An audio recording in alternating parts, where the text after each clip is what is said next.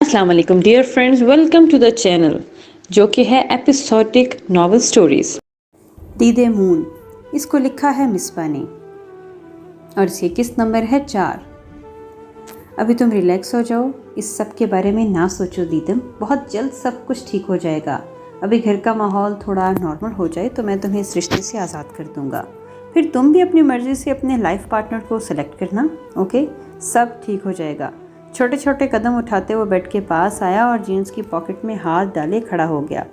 اس کی باتوں سے دیدم کے دل میں ہوک سی اٹھی، نیلی کانٹ سی آنکھوں میں شدید دکھ کا سایہ لہرایا۔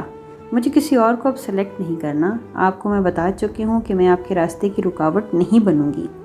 آپ سے التجا ہے کہ اس رشتے کو ختم مت کیجیے گا، لیکن پھر بھی اگر آپ کو کبھی لگے کہ یہ رشتہ آپ کے لیے برا ثابت ہو رہا ہے تو تب آپ فیصلہ جو کریں گی وہ تو مجھے قبول ہوگا۔ سر جھکائے اپنے سفید ملائم ہاتھوں پر ظلم کرتی وہ بھرائے لہجے میں بولی۔ اس کے آنسو دیدم کی بات مکمل نہیں کرنے دے رہے تھے۔ اس وقت مون کے الفاظ اس کے زخموں پر نمک پاشی کیے جا رہے تھے۔ اس بارے میں ہم بعد میں بات کریں گے، ابھی تم آرام کرو، میں بھی بہت تھک چکا ہوں، سونا چاہوں گا۔ اس کی بات کا بغیر کوئی بھی مثبت جواب دیے وہ پلٹ گیا تو دیدم بیڈ گراؤنڈ سے ٹیک لگاتے آنکھیں موند گئی۔ میرے خدا، مجھے اس آزمائش سے نکال، میں بہت تکلیف میں ہوں۔ ایک شادی والے دن چھوڑ کر بھاگ گیا تو دوسرا کچھ دنوں بعد چھوڑنے کی نوید سنا رہا ہے۔ بات کا ڈور بند ہونے کی آواز سن کر اس نے اپنی دکھتی آنکھوں کھول کر سامنے والی وال پر مون کی فریم ہوئی تصویر پر نظر ٹھہری۔ اس کی تلخ باتوں کا اثر بھی موجود تھا، جس کی وجہ سے رکے ہوئے آنسو واپس بوند بوند کر کے اس کی گالوں سے پھسلنے لگے۔ آج اس کی زندگی کی سیاہ ترین رات تھی۔ جتنی خاموش باہر تھی، اس سے کہیں زیادہ شور دیدم کے اندر برپا تھا۔ چاہ کر بھی وہ اپنے آنسو نہیں روک پا رہی تھی۔ کیا ہوا ہے؟ تم دروازہ کیوں نہیں کھول رہے ہو؟ نظر نہیں آ رہا؟ شاذر کو چوٹیں آئی ہیں، جلدی دروازہ کھولو۔ صدام شاذر کو سہارا دیے اس وقت فیضان ولا کے گیٹ پر کھڑا تھا، لیکن گارڈ گیٹ نہیں کھول رہا تھا، جسے دیکھ کر شاذر بھی حیرت کا شکار تھا، کیونکہ اسے اس ری ایکشن کی امید نہیں تھی۔ وہ سوچ رہا تھا کہ اس کی روٹی پھوٹی حالت کو دیکھ کر سب کا غصہ ختم ہو جائے گا۔ بڑی بیگم صاحبہ کا حکم ہے کہ اگر آپ گھر لوٹیں تو آپ کے لیے دروازہ نہ کھولا جائے۔ صدام کو جواب دیے بغیر وہ شاذر کی جانب متوجہ ہوا اور اسے ناہید کے حکم سے آگاہ کیا۔ کیا سب مہمان چلے گئے ہیں؟ کھوجتی نظروں سے اس نے گارڈ کو دیکھتے ہوئے پوچھا۔ جی صاحب، سب چلے گئے ہیں۔ آپ کو کیا ہوا ہے؟ چھوٹا سا ایکسیڈنٹ ہو گیا تھا، تم ایک کام کرو، جا کر چاچو کو بتاؤ میں آیا ہوں اور ایکسیڈنٹ کا بھی بتانا۔ نقاہت زدہ آواز میں اس نے گارڈ کو حکم دیا تو وہ سر کا ہاں میں جنبش دیتے ہوئے اندر کی جانب بڑھ گیا۔ کیا لگتا ہے گھر والے اندر داخل ہونے دیں گے اب تمہیں؟ گارڈ کو نظروں سے اوجھل ہوتے دیکھ کر صدام سے پوچھنے لگا۔ دیکھتے ہیں کیا بنتا ہے، اگر نہ آنے دیا اندر تو تمہارا گھر ہے نا؟ اسے کندھوں پر وزن ڈالتے ہوئے شاذر نے دو بدو جواب دیا۔ تم نے میرے گھر نہیں آنا، بلکہ وہاں تم اپنی دلہن لانی ہے، ورنہ شیزا تمہارا سر پھاڑ دے گی۔ تنبیہ نظروں سے اسے گھورتے ہوئے صدام بولا تو شاذر زیر لب مسکرا اٹھا، لیکن لان سے آتے ہوئے فیضان اور زبین کو دیکھ کر اس کے چہرے پر مسکینیت چھا گئی۔ کیا ہوا ہے اسے؟ فیضان کی آنکھوں میں شاذر کے لیے ناراضگی ہی ناراضگی تھی، جبکہ زبین نفرت انگیز نظروں سے اسے دیکھ رہی تھی، جو ان کی بیٹی کو آج بھری محفل میں چھوڑ کر چلا گیا تھا۔ بازو اور سر میں پٹی بندھی تھی اور چہرے پر پڑے نشانات کو دیکھ کر فیضان کچھ فکر مند ہوا۔ انکل، شاذر سیلون سے واپس گھر لوٹ رہا تھا، تب اس کا ایکسیڈنٹ ہو گیا اور موقع پر ہی ہوش و خیرت سے بیگانہ ہو گیا۔ جس کی گاڑی سے شاذر کی بائک کا ایکسیڈنٹ ہوا وہی اسے ہاسپٹل لے کر گیا تھا۔ اسی شخص نے مجھے کال کر کے بتایا۔ تقریباً 5 گھنٹے شاذر بے ہوش رہا، ابھی کچھ وقت پہلے ہی اسے ہوش آیا تو شاذر گھر آنے کی ضد باندھنے لگا، سو مجبوراً مجھے اسے لے کر آنا پڑا، نہیں تو ابھی ڈاکٹر نے بھی گھر لے جانے کی پرمیشن تو نہیں دی تھی۔ ہکلاتے ہوئے اس نے اپنی بات مکمل کی، لیکن بولتے ہوئے بھی وہ فیضان یا زبین کے چہرے کی جانب دیکھنے سے گریز کر رہا تھا۔ اس کی نظریں اندر لان میں ہائی سجاوٹ پر تھیں، جہاں رنگ برنگی لائٹس ابھی تک روشن تھیں اور پھولوں کی مہک باہر تک آ رہی تھی۔ اوہ اچھا، تو اس شخص نے ہمارے نمبرز پر کال کیوں نہیں کی؟ تم اس کے ہم سے زیادہ سگے تھے، اس کی ماں کے نمبر پر کیوں نہیں کال کی؟ کیا تم اس کی ماں سے بھی آگے تھے؟ فیضان، یہ لڑکا صرف ڈھونگ کر رہا ہے، اس کا کوئی ایکسیڈنٹ نہیں ہوا ہوگا۔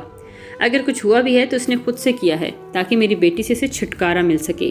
اپنی بیٹی کی حالت دیکھ کر میرا دل خون کے آنسو رو رہا تھا۔ لوگوں کی سخت باتوں سے اس کے دل پر کیا گزری ہے، یہ صرف میری بیٹی ہی جانتی ہے۔ ارے، اس نے تمہاری خاطر اپنی جان تک لینے کی کوشش کی اور تم نے آج بھری محفل میں اسے ذلیل و رسوا کر دیا۔ تم نے نہیں کرنی تھی شادی تو ہم زندہ تھے، ہمیں بتا دیتے۔ آج یہ سب کر کے کس غلطی کا بدلہ لیا ہے تم نے اس سے؟ گاڑی کی آواز پر جتنی آس بھری نظروں سے اس نے گیٹ کی طرف دیکھا تھا وہ نظریں ناکام لوٹی تھیں۔ کاش ایک بار تم اسے دیکھ لیتے، میری بیٹی کو جیتے جی مارنے میں تم نے کوئی کسر نہیں چھوڑی، رندوئی آواز میں کہتے ہوئے ان کا گلا بیٹھ گیا۔ وہ شاذر کی چوٹیں دیکھ کر بھی پگھلی نہیں تھیں، انہیں اس وقت صرف اپنی بیٹی کی حالت نظر آ رہی تھی۔ ایم سو سوری آنٹی، میری وجہ سے یہ سب ہو گیا، میں نے خود جان بوجھ کر کچھ نہیں کیا، اور مجھے ہاسپٹل پہنچانے والے شخص نے صدام کو اسی لیے کال کی ہوگی کیونکہ ایکسیڈنٹ سے پہلے لاسٹ ٹائم میری صدام سے ہی بات ہوئی تھی۔ میں دیدم سے محبت کرتا ہوں، آپ جانتی ہیں، میں کیسے اس کے ساتھ یہ سب کر سکتا تھا۔ سر جھکائے اس نے نقاہت زدہ لہجے میں اپنی صفائی پیش کی، جس پر زبین نے نحوت سے اس سے سر چھٹکا۔ زبین ریلیکس ہو جاؤ، چلو اندر چل کر بات کرتے ہیں۔ انہیں پھر سے بولنے کے لیے تیار دیکھ کر فیضان نرم لہجے میں بولے تو صدام سر کو ہام نے جنبش دے کر شاذر کو سہارا دیے اندر داخل ہو گیا۔ آج میرا آدھا بدلہ پورا ہو گیا۔ میرٹ کے سامنے کھڑی شیزہ اپنے کرلی ہیئرز کو جھٹکتے اپنے ہی ایکس کو دیکھتے ہوئے خیالوں میں مخاطب تھی۔ بلو آئیز، یہاں کیا کر رہی ہو؟ کتنی بار تمہیں سمجھانا پڑے گا، تم بچی ہو، آئی مین ٹو سے کہ تم ہم سے پوری 3 کلاسز پیچھے ہو۔ تم ابھی فرسٹ ایئر میں ہو اور یہ کلاس 4تھ ایئر کی ہے جو کہ باہر صاف الفاظ میں لکھا ہوا ہے۔ یہاں تمہارا کیا کام؟ جاؤ یہاں سے، روز منہ اٹھا کر آ جاتی ہو۔ فری ٹائم میں دیدم اکثر شاذر کو لینے سی کلاس میں آتی تھی، وہ دونوں ایک ہی کالج میں زیر تعلیم تھے، اور شیزہ شاذر کی کلاس میٹ تھی جسے نہ جانے کیوں دیدم سے چڑ تھی۔ وہ بھی شاذر کی کلاس میں آئی شیزہ اسے کسی نہ کسی بات پر ٹوکتی رہتی تھی۔ آج بھی وہ اپنی حرکت سے باز نہ آئی اور شاذر کی غیر موجودگی کا فائدہ اٹھاتے ہوئے اسے سخت سنانے کے موڈ میں تھی۔ شیزہ آپی، اس وقت آپ کا بھی فری ٹائم ہے اور ہمارا بھی، یہ کلاس آپ کی پراپرٹی تو نہیں، ویسے بھی میں آپ کے پاس نہیں آئی ہوں، شاذر کے لیے آئی ہوں، جو کہ آپ اچھی طرح سے جانتی ہیں۔ آپ مجھے کچھ نہ سمجھائیں تو بہتر ہے، میں اپنا اچھا برا خود سمجھ سکتی ہوں۔ آپ سے اتنی سی ریکویسٹ ہے کہ میرے منہ نہ لگا کریں، سارا موڈ خراب کر دیتی ہیں۔ دیدم نے اسے دو بدو جواب دیتے ہوئے اپنا بدلہ چکتا کیا۔ بدتمیز لڑکی، تمہیں تو میں جان سے مار ڈالوں گی، کسی نے تمیز نہیں سکھائی، میری کلاس میں آ کر میرے ساتھ بدتمیزی کرو گی؟ غصے سے لاد ہوتے ہوئے شیزہ کا ہاتھ اٹھا اور دیدم کی گال پر نشان چھوڑ گیا۔ یہ سب اتنا جلدی ہوا کہ دیدم سمجھ ہی نہیں پائی کہ کیا ہوا ہے۔ آپ کی ہمت کیسی مجھ پر ہاتھ اٹھانے کی؟ صدمے کی کیفیت میں چیختی اس کی آواز بھاری ہو گئی۔ دیدم کی نیلی آنکھوں میں آنسو چمکنا شروع ہو گئے۔ ان کی آوازیں سن کر آہستہ آہستہ ان دونوں کے گرد باقی اسٹوڈنٹس کا مجمع اکٹھا ہو گیا تھا۔ دیدم کیا ہوا ہے؟ اسٹوڈنٹس کا ہجوم دیکھتے ہوئے شاذر بھی اس کی طرف چلا آیا اور دیدم کو روتے ہوئے اس سے پوچھنے لگا، اس عورت نے مجھے تھپڑ مارا ہے شاذر، میں تمہیں دیکھنے کے لیے آئی تھی تو۔ شاذر کو دیکھتے ہی شیزہ کے چہرے پر سایہ منڈلایا۔ واٹ؟ شیزہ، میں سے بدتمیزی کی وجہ پوچھ سکتا ہوں؟ وسیلی نظروں سے اسے دیکھتے شاذر نے استفسار کیا۔ جی بالکل پوچھ سکتے ہو، یہ لڑکی روز میرے ساتھ بدتمیزی کرتی ہے اور آج تو حد ہی ہو گئی، مجھے آ کر کہتی ہے تمہارا منہ دیکھ کر میرا موڈ خراب ہو جاتا ہے، اس منہ کو گھر چھوڑ کر آیا کرو، تم کسی سے بھی پوچھ سکتے ہو، میں صحیح کہہ رہی ہوں نا گرلز؟ آس پاس کھڑی اپنی دوستوں کو آنکھ کے اشارے سے کہتے اس نے بولنے کو اکسایا۔ ہاں بالکل صحیح کہہ رہی ہے شیزہ، تم اپنی کزن کو سمجھا دو کہ یہاں نہ آیا کرے۔